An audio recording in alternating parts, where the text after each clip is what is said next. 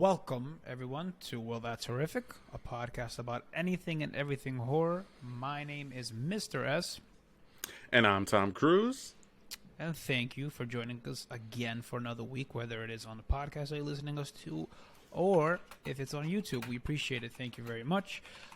This week we are going to be talking about a couple of things, but I think we're going to kick off the podcast with The Menu.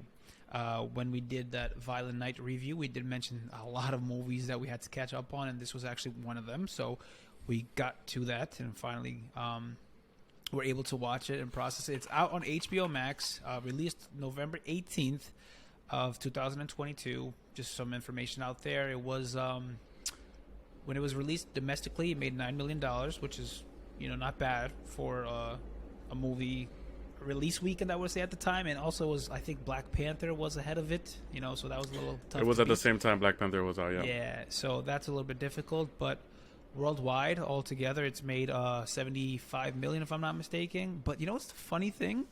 It made more money internationally than it did domestically, so that's something to keep in mind.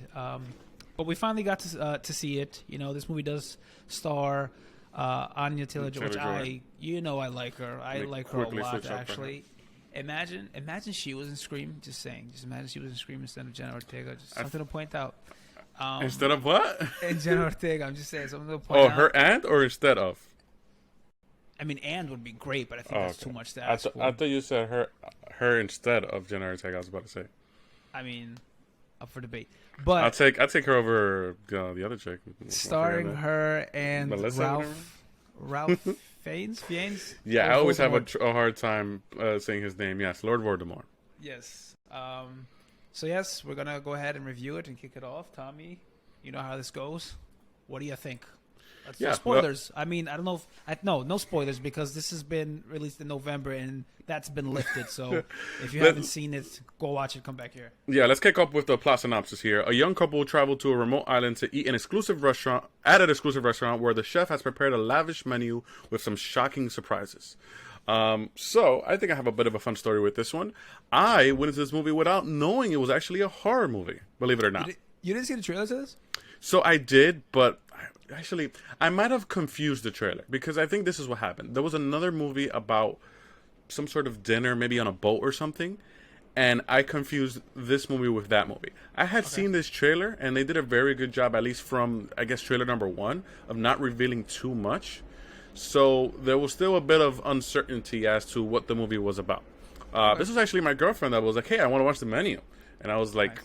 All right, let's go watch The Menu. I didn't actually even know it was a horror movie. This really surprised me, for one. Again, for the simple fact that I didn't know it was a horror movie, really. And there was just a lot of tricks up its sleeve, really. Like, and I mean, I don't know about you, but I love Anya Taylor-Joy. She was in a lot of movies as of recently. We know her from The Witch. What was the movie that she just came out where she... her last movie in the... Soho. Yeah, Last Night in Soho. Yes, that was another one. Yeah, she's done a lot of movies. Yeah, she's in a lot. She's in a lot of things. Yeah. Unbreakable. Yep. Yeah, Unbreakable. She's in a lot of things. She's she does a great job in everything that every project she's involved with. What's crazy? You mentioned trailer. Just not to cut you off there, but I've seen this in the theater. I forgot what movie I was watching. I've seen it in theaters. It may have been Smile. I'm not sure, but that's the only time I've seen it. That's it. Yeah, I've seen it after that. I don't even remember what happened. I think that's what happened to me too. I think I only saw the trailer once. I didn't pay too close attention to it. I also want to mention it stars Nicholas Hoult, which we know from the X-Men series and a couple other things.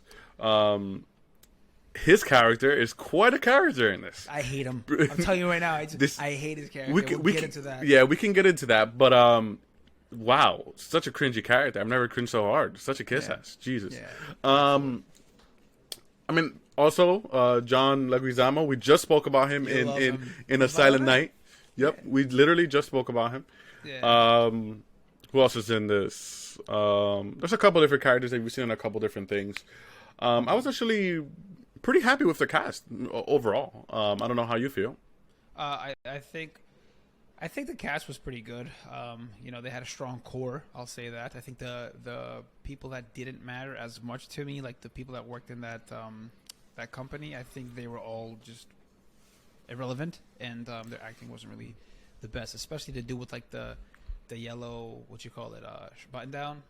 He was more of annoying to me than anything. But Who was the dude with the yellow button down? he was like, it was a yellow button down. He had like a chubby face. He was the one that was like, oh, I thought it'd be fun. Like, you know, when there's like a birthday scene there. I'll try to call out his name real quick. Give me 1 second. I'm trying. I think I know who you're talking about. He's in the Soren table is with his the name. with He the plays- with the three jocks. Yes, It's the three exactly. jocks. He's one of Yeah. the three jocks. Yes. But his real life name is Arturo Castro, but he plays Soren in the film. Yeah, So. I've seen him before in more comedic roles. He has a I whole don't bunch of like remember him that much. YouTube bits and stuff He- like that. He does look familiar. I just don't know where he's from. I'm sure you've seen some YouTube bits where he stars. And it's Probably. also in Two Broke Girls, if you know what that is. So just to dive right into the movie, there's a bit of a mystery early on, right? We don't know what's going on. They're invited to this island. They're having a fancy dinner. This is a well-known chef. Everybody's going crazy. Everybody's very excited. But at the same time, you get the feeling that these people want to be there, but they're also bad-mouthing the chef while, like, going to eat at his restaurant. If that makes sense. They're like, this is a well-known, established chef. Everybody knows that he's, like, top class. However, I mean, it's clear early on that these people were handpicked, I would say. Right. Which we do get. You get that reveal later on. And then there's also a mystery with the main character. So her name is Margot. Margot. Yes, Margot. Yeah. I'll let you continue from there. Yeah. So yes. So there's a mystery going on here that like you mentioned, like there's an island. They go onto this island and they're expected to eat at a restaurant from this well-established chef who is played like by Ralph. So the thing here that I like right off the bat, and I've said this before, I like when horror movies take a different approach, right? And obviously we've seen stuff like this before where it is in an island or something's a little bit, they're like in a, what you call a secluded area, and, but about food, like I've never seen that before, that concept. Yeah. So that premise was a little bit interesting to me. I do think it was a great introduction to how they introduced the characters, and where, like, obviously their background, where they're working, who they are. And, right off the bat, you can tell that Margot has this little bit of a secret with one of the couples there.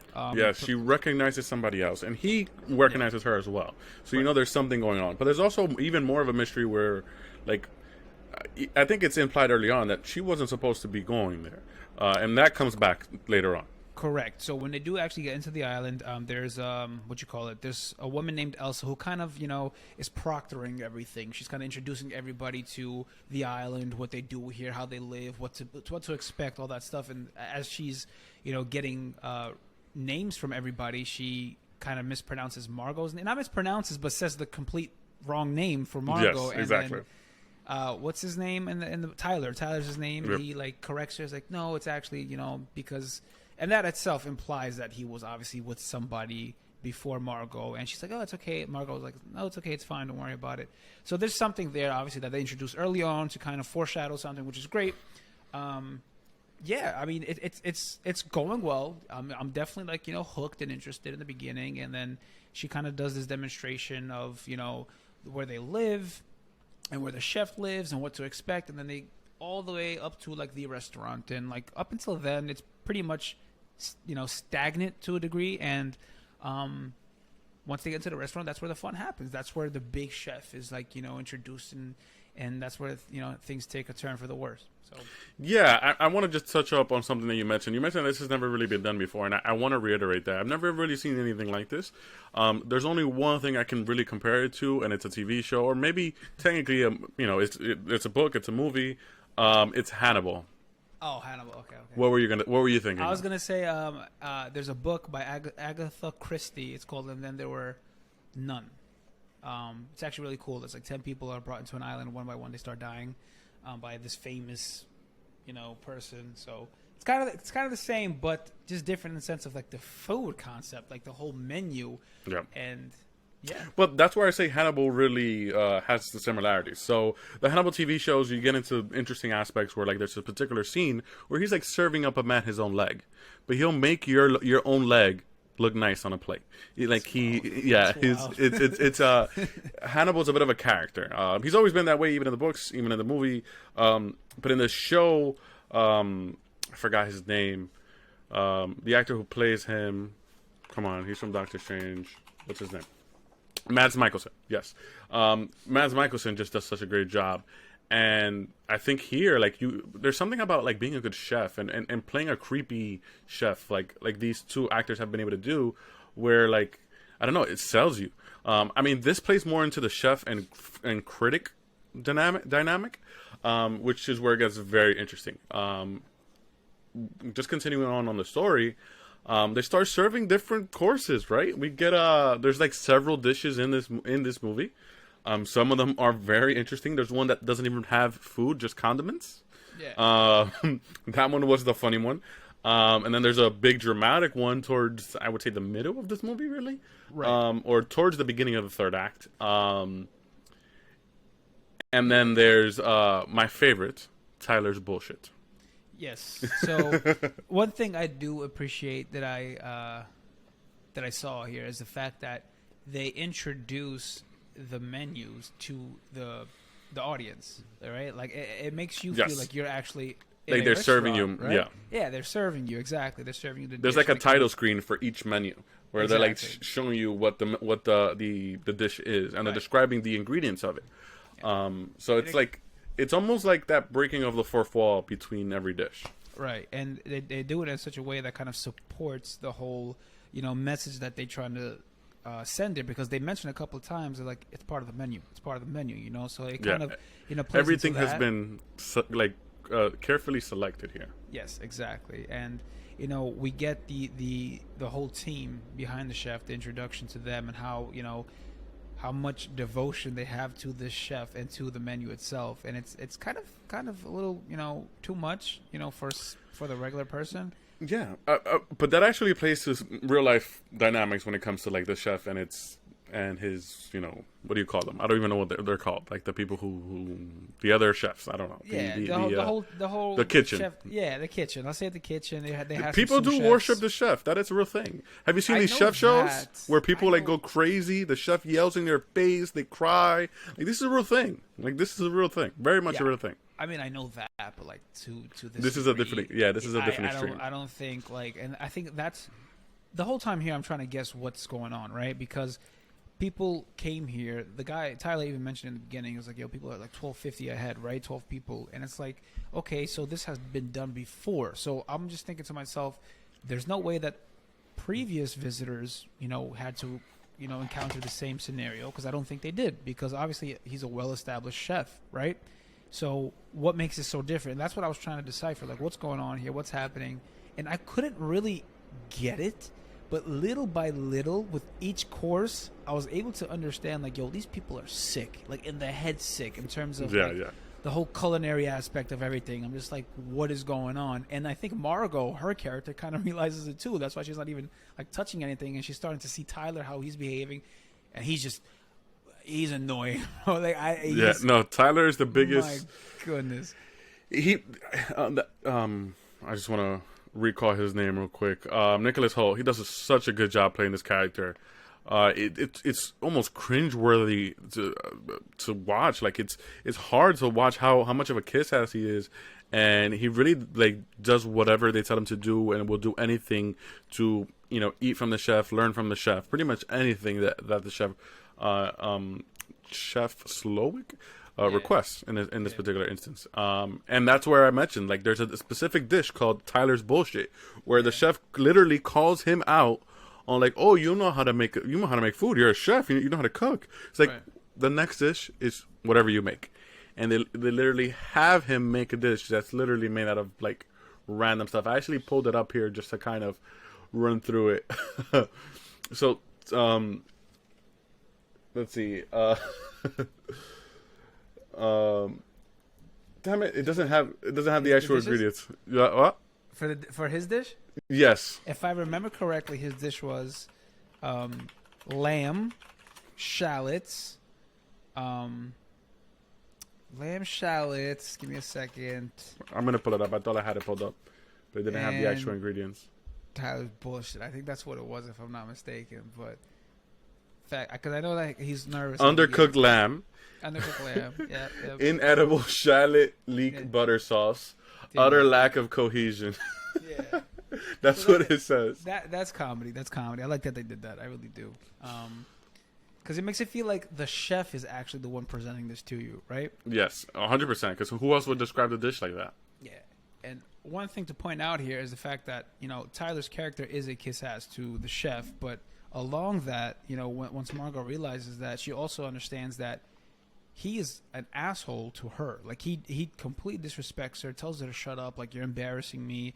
And then there's even a point in the movie where the chef, you know, kind of addresses, you know, his story, right? Like, he is here knowing that Margot could potentially die and he doesn't care about it. So, like, it really, you know, kind of what you call it, spills the beans for Tyler's character here, and Margot is not having any of it.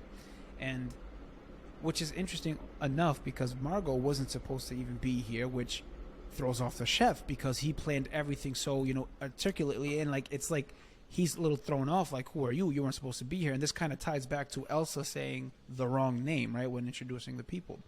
And I'll take this to you and show it to you. So No, yeah. So it was all basically created and designed with the other person that he had in place. And everybody who's there kind of deserved it in a way. They all did something bad. And she was the only one that it didn't make sense. Like, she shouldn't have actually been there. And because of that, he gave her multiple opportunities. He literally, there's a scene in the movie where he tells her, basically, are you part of A team or B team? Like, are you a chef? Or, I mean, are you part of the kitchen? Or are you, are you, part of the, yeah. And then the cool thing, I mean, the funny thing is, like, she realizes, like, neither group is going to survive this. Yeah. Like, this is planned in a way. Clearly something, there's going to be a bit of a finale here. I thought the end was my only gripe, but I'll get to that. And I think I do you know who wrote this movie? Who wrote this movie? Yes, I know who wrote this movie. Give me a second. Written by Seth Reese and one other person, Will Tracy. There was another credit. I'm trying to remember here. Okay, produced by. There was a producer credit for Will Ferrell. No freaking way. 100%. I'm on IMDb right now. And as I'm watching this movie, I don't know if it's because I already knew it was produced by Will Ferrell. And again, spoiler alert, I'm going to skip to the very end. She fucking survives this by asking for a cheeseburger. And I thought there was no way it wasn't Will Ferrell that said this is the fucking answer to this fucking riddle. It's like, the fucking answer to this riddle is that he's wanting to make this burger. He used to work at a burger shop or whatever, and then she basically, what is it she does? She gets him to make the perfect burger, and she takes one bite and says, "I'm done."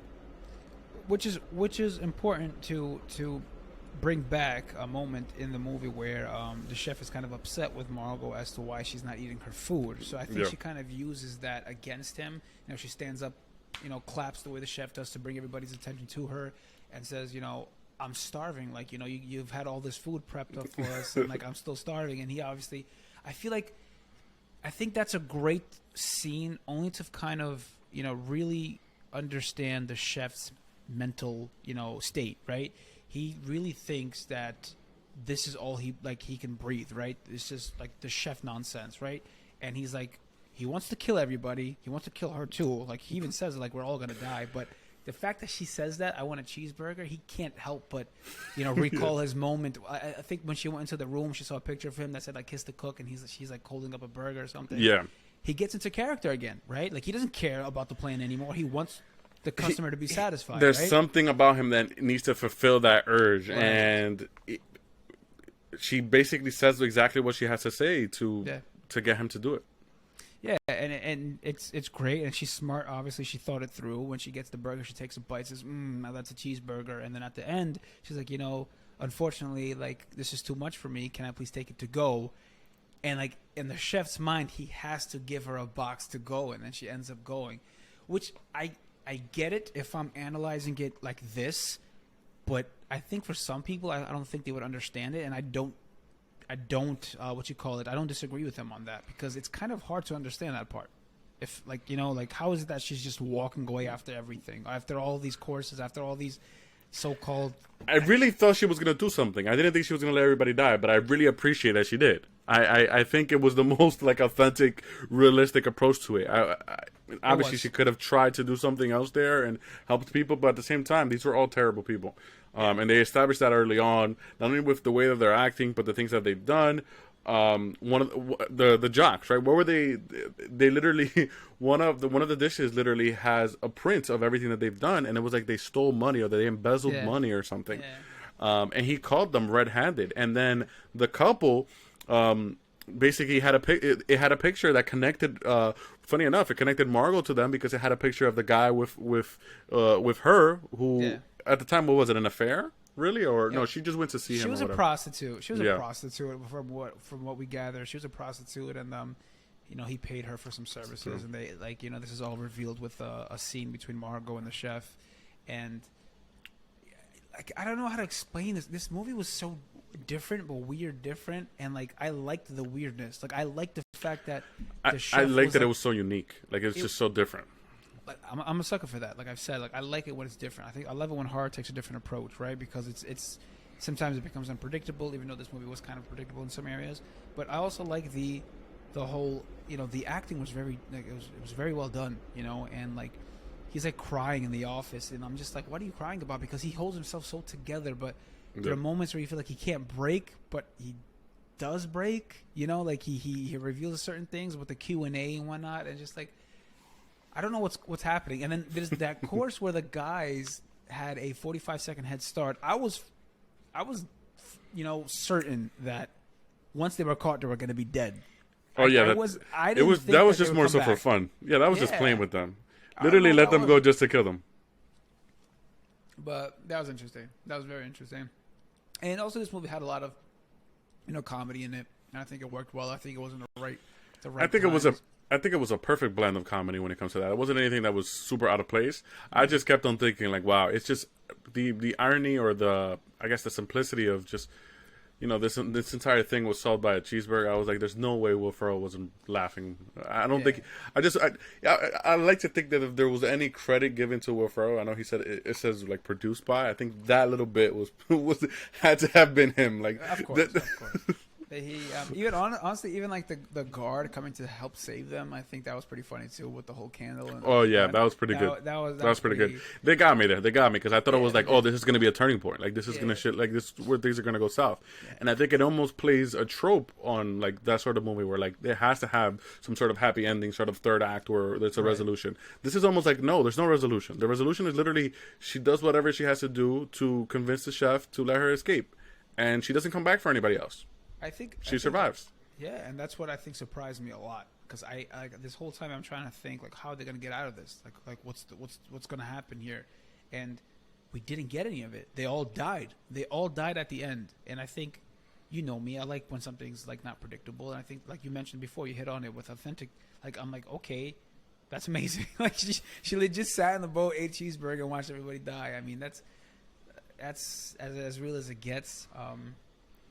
Yeah, I mean that's pretty much this movie. It's 1 hour runtime of 1 hour and 47 minutes.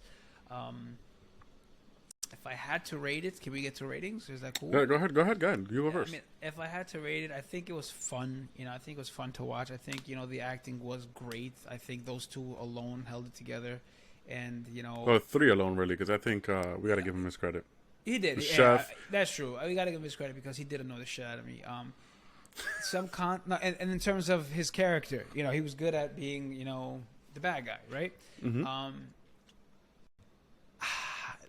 I like that it's a different take on horror, even though I do question a lot of like the motive. You know what I'm saying? I don't think the answer was for everybody to die and like chefs voluntarily shooting themselves in the mouth and like his room, like they discovered his room. Margot discovered his room. I didn't quite. Like, I understood it. Like, I was able to connect dots, but I still didn't fully get it. Yeah, I wish there was a little bit more. Yeah. So, that's that. I give it 7. I would say 6.5, 7. I think that's... Damn, you're actually rating it pretty low. I mean, in comparison to the last few movies that we rated. I think this is... I mean... I would give this a little bit higher. I actually thought it was pretty good. I would give it an 8 out of 10. I'll stick with a 7. I think 7 is a good answer. like it's one of those movies you watch once, maybe twice, and like it's interesting. It's kind of a little funny, but like I also like there's not a lot of deaths either, and there's not a lot of suspense, like in the sense of like it's more so mystery. It's more so mystery thriller, mystery thriller, whatever you want to call it. But it's definitely a thriller. I'm not saying it's bad, but like it's a strong 7. It's good, So that's our ranking for that. So go watch it. It's on HBO Max right now. You won't be disappointed. Acting's good. You'll have a good time. Yeah, I do recommend you watch this movie. I had a good time. Yeah. Moving on. What are we covering next, my friend? I wish I had like the theme. I should play it. I can't do it now. Yeah, it's different. I wish I could. I wish I could play the Last of Us game theme. You know. Oh, is it different? Like I haven't played the game, so like anything game reference, I will point it out to you. So I guess the menu theme. The menu theme. I think there's a sample of it in the show, but it's different. Okay. But yeah, let's get into it. So The Last of Us. Yeah. This has been quite a journey. I mentioned this before. We mentioned this, I believe, last episode. We were going to go over this. Right. There are 4 episodes out now. Yes, there are 4 episodes out now. Yes, by the time you're listening to this, and the 5th one is coming out Friday. Yes, because of the Super Bowl. Correct. So post-apocalyptic, very similar to some of the other things that we've seen, like I mentioned, but also very different. It's a video game adaptation of the game The Last of Us. Right. Believe that was released 2013. It stars Pedro Pascal as Joel, and I forget her name as Ellie. Let me pull it up real quick.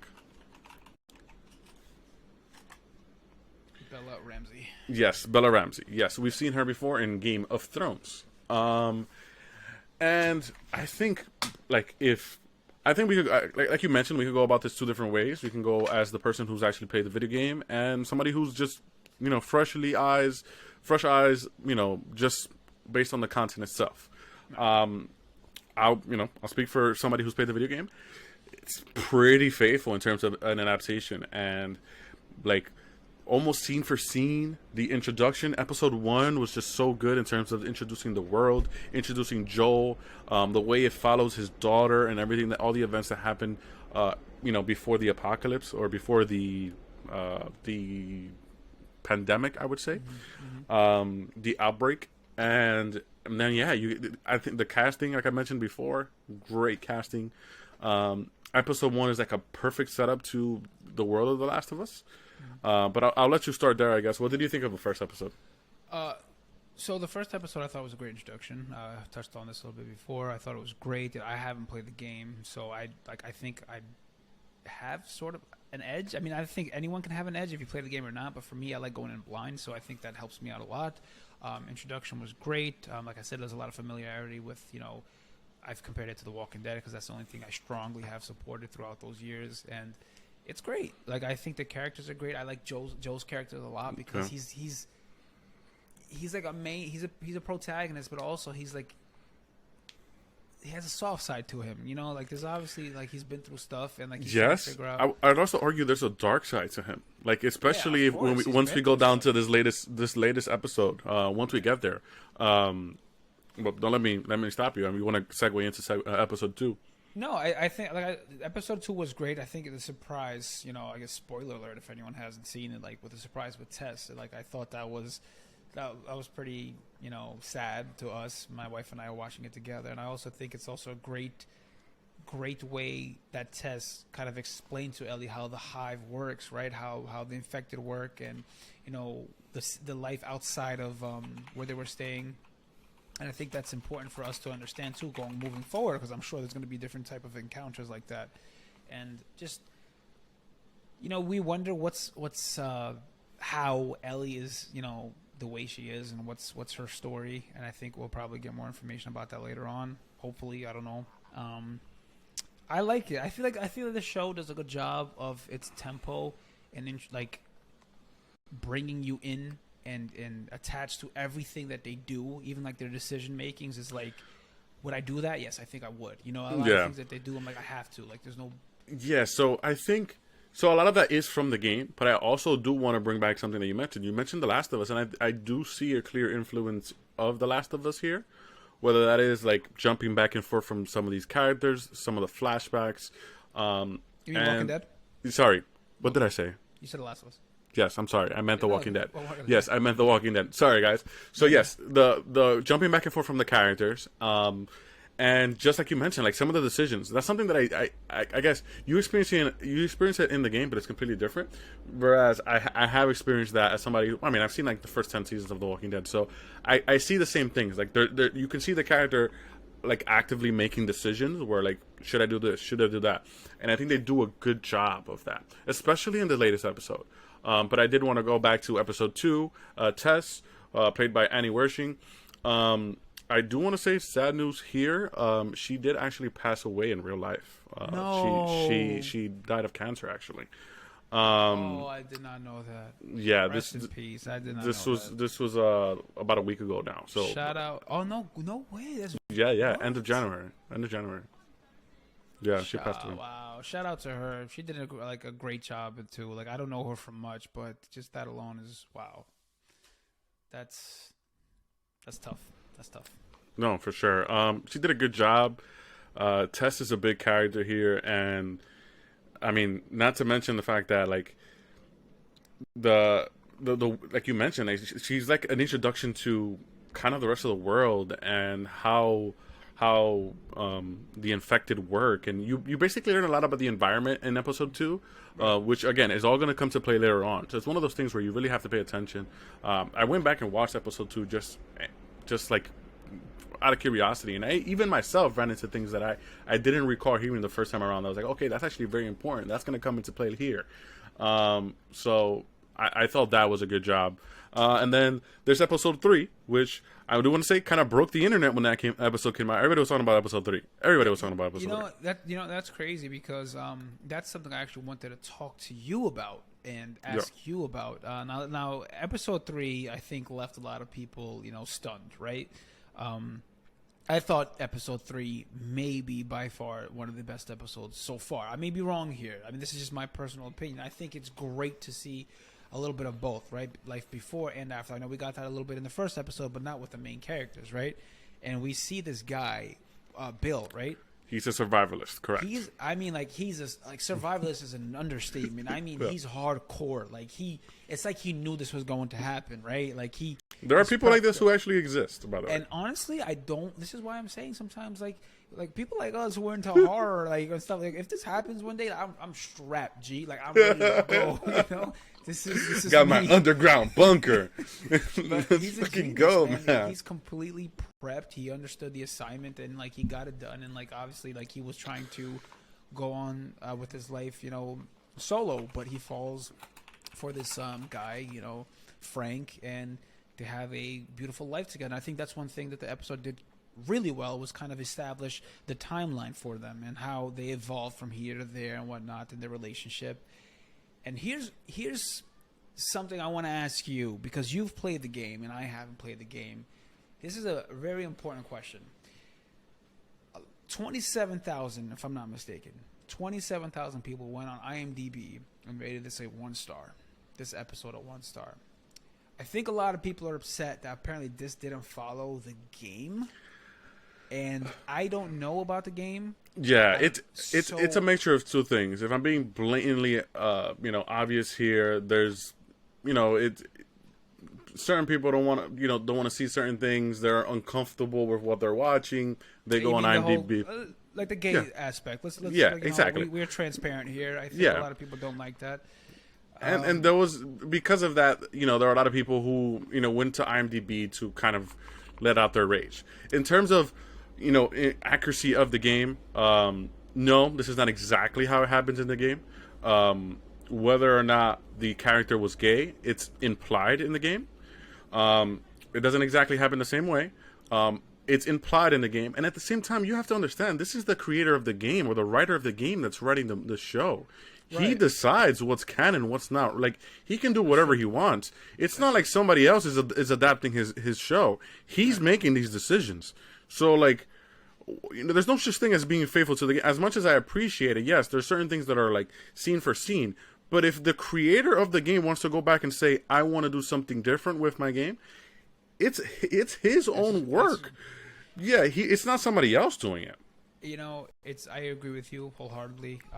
But it's unfortunate we live. I've said this before. We live in a time where it's soft. Where we live in a soft generation right now, and I don't like it. We take J.K. Rowling for example and her whole story. We'll get into that later, but it's just people got to understand something. Like you mentioned before, would you really want to see a show scene by scene from the game? Like think about I know I hate to bring it up. If I want to do that, I would just watch the CG, like the cutscenes from the game. Exactly. Literally, just walk into YouTube, like search it up, and you can watch it there. Everything's there for you. Like that doesn't work that way. And like I know I mentioned a lot The Walking Dead, but look how they do it. The Walking Dead is notorious for not following the comics the way it is. I mean, we've had people die who weren't supposed to die. We've had different characters made. Like Daryl's character's not even in the comics, and he's the fan favorite. You know what I'm saying? Like stuff like that. Like so, you have to have like liberty here. You have to be able to do what you want, without question.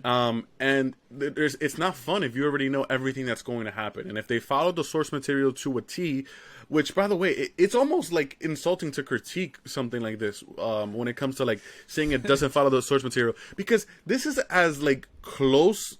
This is the closest video game adaptation that I've seen, or adaptation to anything really, because even like books aren't adapted the same way. This has been so close. Like it's actually been impressively close. I know there's been a huge controversy with like the Halo TV series, but that completely has nothing to do with the game. It like the Covenant and the Spartans are like teammates. It's like completely different. And I don't know. This has been so close. Like I've literally seen people take clips from the game and clips from the movie. I mean, sorry, from the TV show, side by side, yeah. And they're almost identical. And I'm like, bro, if they were able to do that, like, come on, like, yeah. What are you really criticizing here? Small things like that. I don't think honestly the rating came from that entirely. I think, like I mentioned, it's also, you know, people didn't like the gay aspect of the episode, but I thought it was by far probably the strongest episode and the most intriguing episode, the most interesting episode. Absolutely, I think so. Yeah. I think it's not fair for that to happen. I think it's one of the better episodes so far, and it was really. It was good, man. Like, it was good. And also, I love how they tied Tess and Joel into it, too, and how you understand where they got some stuff from. You know, like yeah.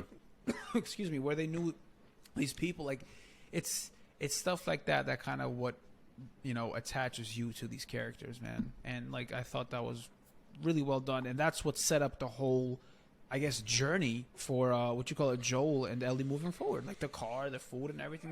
Like can you imagine not seeing that whole backstory and then just walking in, oh, I knew a friend here. Like what? Yeah, like, exactly. Like, come on. So it's a good job, a good way of explaining how they, you know, how they're getting all these materials. Like you said, like it would have been weird if they just walked in there and just took everything, and you know there was no explanation as to like, oh, I just have the secret stash over here of all this stuff. Yeah. I don't know. I do have a bit of a critique, not necessarily for episode 3, more so for the entire series that I want to get to. But before I do that, I'm going to go to episode 4. This came out, actually, if you're watching this, you know, when we're airing this, it would have came out the weekend prior. Right. So episode 4, very, very interesting episode. I want to touch on something that you mentioned, like the decisions, right? There's a couple scenes in this particular episode, like scene by scene from the game, but also like, you know, getting stuck on in the bridge and making that decision to drive across the town. And you could see him look under, like, damn, should I go through there? Like, do I leave the car? What am I going to do? What did you think about episode 4? I thought episode 4 we got a lot more action, right, than we normally see. I think the tone has been set for the first 3 episodes. Now it's a little bit more down to, like, action, meeting people, like how we get from A to B, right? That's great. I think it's great having Joel and Ellie bond a little bit more, kind of breaking that little bit wall that they have with each other. I don't like how Joel is being portrayed a little bit, and that when I say that, I mean as in he's like not aware. Like, I don't know how to explain. Like a kid, that guy almost took him down, like almost choked him out. And then you have another scene towards like the end of the episode where she's like, "Oh, you can't hear from your right side of your ear, right?" And then like he wakes up to a kid holding a gun. Like, Ellie was up before him. Like, I don't like that because he's supposed to be the guy in charge, right? Yeah. So I hope that kind of changes a little bit. I hope he, like I said, I mentioned soft a little bit. He has a soft spot. You mentioned dark, which is great, but I still have yet to see the, like, don't fuck with me vibe, right? So I'm waiting for that. Yeah. I do like the introduction of this group. Obviously, they're not Fedra or they're not, what's the other group called? Fireflies. Fireflies. There you go. So like there are people obviously against them and stuff like that, and that's gonna play some significance, in the next episode. So it's interesting to see some story come to be. So I thought it was good. 45-minute runtime, obviously lower than all of them, but I like it. I like it so far. I wonder what happens in the next episode. I don't know. You probably know. Oh, his road to Wyoming is cut short now, so he's not going to be able to get there. So yeah. So I guess before we get to that ending part, what I did want to touch on was, you mentioned like you see the little glimpses of like the soft spot that he has. The reason I mentioned the dark spot is because, or the dark part of him is like you see that scene where Ellie is forced to shoot the guy. And he has to like basically handle this. He tells her like go, and he kills him. You see the kid later, so you know for sure he's dead. Yeah. But that's the sort of thing where he's willing to make those decisions. And we got this, back in episode 1 where he's burning the corpses of these infected people. And one of them is a little kid, right? One of them is a little kid. The lady refuses to burn the kid. Yeah. And these are people who are just put to sleep and then just burned alive. And he throws them. He does it. He doesn't even think about it. Right? You have to really have no remorse or no heart. Really, it's one of those things where you've gotten already. You're desensitized to the world and how it is now. I stand corrected now. Actually, now that I'm thinking about it, I'm a man. I take it back. I think I like the scene where he's in the car and the guy he's faking it, like help me. He's like put your seatbelt on. Like he knew like this was a trap. Yes, like, fuck that. So I like that. I like that about him. Actually, now that I think about it. That's one of the scenes that is literally straight from the game. There's also the scene where she gets the porn magazine straight from the game. Really? There are several scenes where, even in the second episode, there's a scene as well. I really enjoyed this episode. I like how they're slowly bonding, Ellie and Joel. Yeah. I just think that Bella Ramsey every time is like more and more falling into the character for me.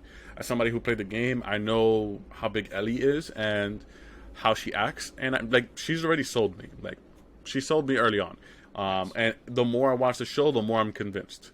Now, my only real critique, not necessarily with the show, really, with the episodes, really, is just more so that I guess this is good news. I'm gonna clap here.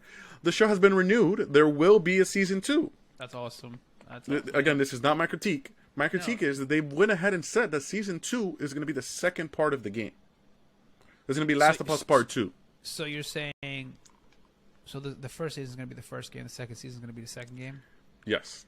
Okay. And you're not happy with that because you don't want it to be out so early? Is not necessarily that. There's a couple different things, right? We are in episode 4. We, if I'm not mistaken, they've went ahead and confirmed there's only 9 episodes for season 1. So let me just confirm here. Was it 9 or 10? Probably 9. You probably know better. If I'm not mistaken, there's 9 episodes. So if there are 9 episodes, I don't understand how they're going to get through the entire first game in these 9 episodes. Right. I'm gonna tell you right now, like what's going on in the show is like fucking the first act of the game. Like I don't know how you get all the way. You think they'll rush things, or do you think they'll incorporate them both together? I don't know, man. That's what I'm saying. I think that's one perk of not knowing the game. I guess you it is because you don't judge it off of. Correct. You're 100% don't have anything to judge it off of, but I just feel like.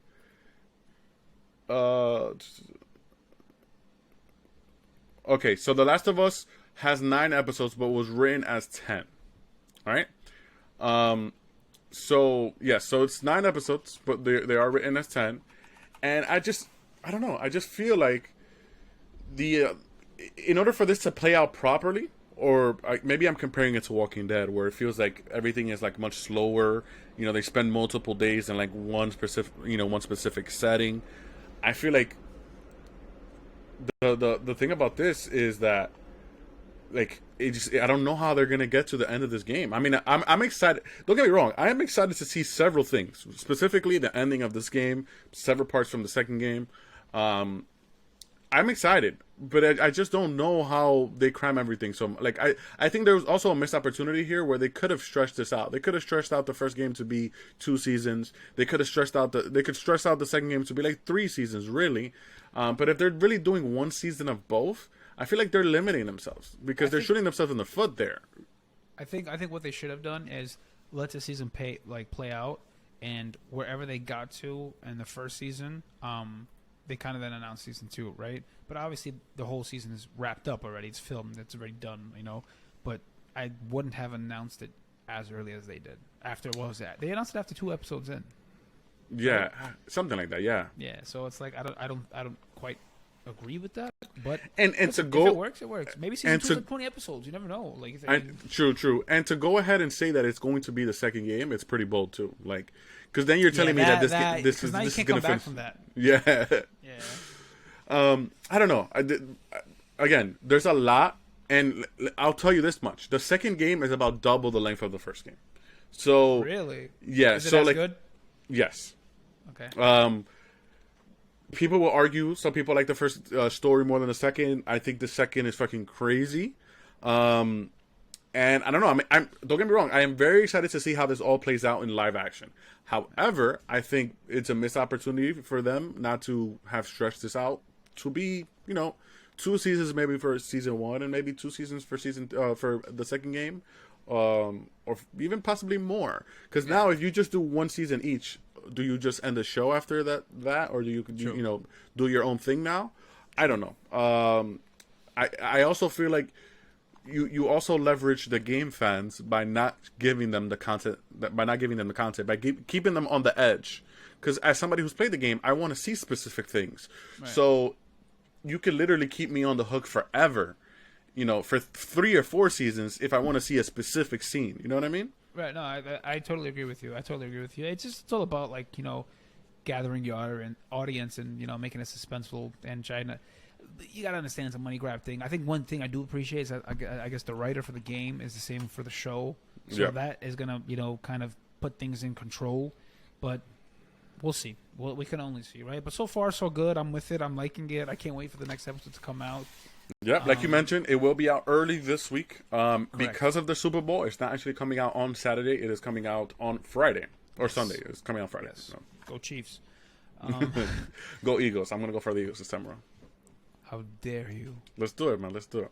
All right, let's have some fun. Kansas City's gonna win, but whatever. Yeah. So that's The Last of Us so far. Moving on. I think we have some updates with some news over here in the horror world. I think you want to start it off, or should I start it off? Yeah. I guess I want to start with the big news, right off the jump. And I want to. Let me quickly put this here because I think this is pretty huge. This is one of those games where I guess one of those. It's doing the thing where it's not letting me select the wallpaper. Well, I'll go ahead and just say it. They're making I Know What You Did Last Summer sequel. Yeah. And this is one of those things where it's it's a bit of a movie that's been made fun of several times now. Whereas Scary Movie, people think of it as kind of cheesy, but it's one of those things. It's like the ultimate '90s horror movie to me. I don't know. Right. It's like one of those things where it was just very popular. It's a '90s slasher movie. The cast is ridiculous. You got Freddie Prinze Jr., Jennifer Love Hewitt. What's her name? Michelle. No. Yeah, no. Ryan Phillippe and Buffy. What's her name? I'm forgetting her name. I think it was. Give me 1 second. Sarah Michelle Gellar. Yes, Sarah Michelle Gellar. This is a hell of a cast. There's 2 movies, if I'm not mistaken, and they're making a 3rd one now. There might be 3. I'm not sure. And I always know what you did. And is it I Know What You Did? No, there's 3 movies. I think the 3rd one isn't technically considered canon, but right. But it's there. We'll say that. The second one is a direct sequel, if I'm not mistaken, right? The 3rd one is Brandy was there. Yep. So, what do we have? So, you actually informed me about this. I thought it was a little crazy, right? Sequel in the works. Sony obviously is trying to kind of bring this back with to talks life. of Freddie Prinze Jr. and Jennifer Love Hewitt coming back. It's going to be directed by. It looks like this is at least pretty concrete. Here is the fact that Jennifer Caton Robinson is directing. I am not familiar with anything of hers, to be quite honest with you. I probably do, but not by title. So disregard that. But they're looking to follow the formula of Halloween and Scream, right? To kind of just make a sequel from the first movie, kind of disregard everything else. That's what it looks like. I don't. There's no mention of the second film anywhere that I'm reading into this. So, how do you feel? I mean, I like it. I'm always down for nostalgia to come back and wake me up. But was it good enough to make a sequel? Like, you know what I'm saying? I don't know. No, that's where everybody's gonna debate. Is like, was it even? I don't know. I think it was just. It's a movie of its time, and I think it'll forever be a cult classic. This movie will forever have a special place in my heart. I should probably show this to my girlfriend. I don't know if she's actually ever seen this movie, to be honest. But this is one of those movies that is like, I don't know. It's just something about this movie like has a soft spot for me, and I will appreciate them bringing it back. Hopefully, it's good. I think it has to be written properly, especially if you're gonna ignore the second one and it's gonna be a direct sequel. I don't know. I don't know. I'm intrigued. I really don't know what to say. We need to know more information. I think I'm still skeptical. This is talks right now. This is all talks right now. No script. No. They're not on board yet. The cast. This is just. Hey, I think we should do this. Sony basically saying, I think we should do this. We can do this. Let's make it happen. And like you mentioned before, you have a soft spot. Like you have it. Like I mentioned nostalgia before. I've seen this movie way too many times, and I haven't skipped it, especially when in my younger days when I had him on the VHS. So like I'm for it. I always root for it. Hopefully it does well, but you got to have a good story. I mean, I feel like if you're gonna bring back a sequel, it's like only some movies can do this. I'm on the fence with this. I don't know if it can do this, if it justifies like for a sequel, but we'll see. I mean, I don't know what else to say. Yeah, I think it's still early on. I think we'll come back to this as we hear more information. But listen, like I mentioned, soft spot in my heart for this movie. I'm definitely gonna watch it regardless of the fact. So we'll definitely touch base. We'll see what happens. Yeah, absolutely. There's something else that I think you should mention. I think because you brought this up to my attention as well. Yes, you're more familiar with than me. Yes. So if this is what you're referring to, there's a YouTube creator, right? Yep. Who has really short films, very short horror films. His name is Kane Parsons on YouTube.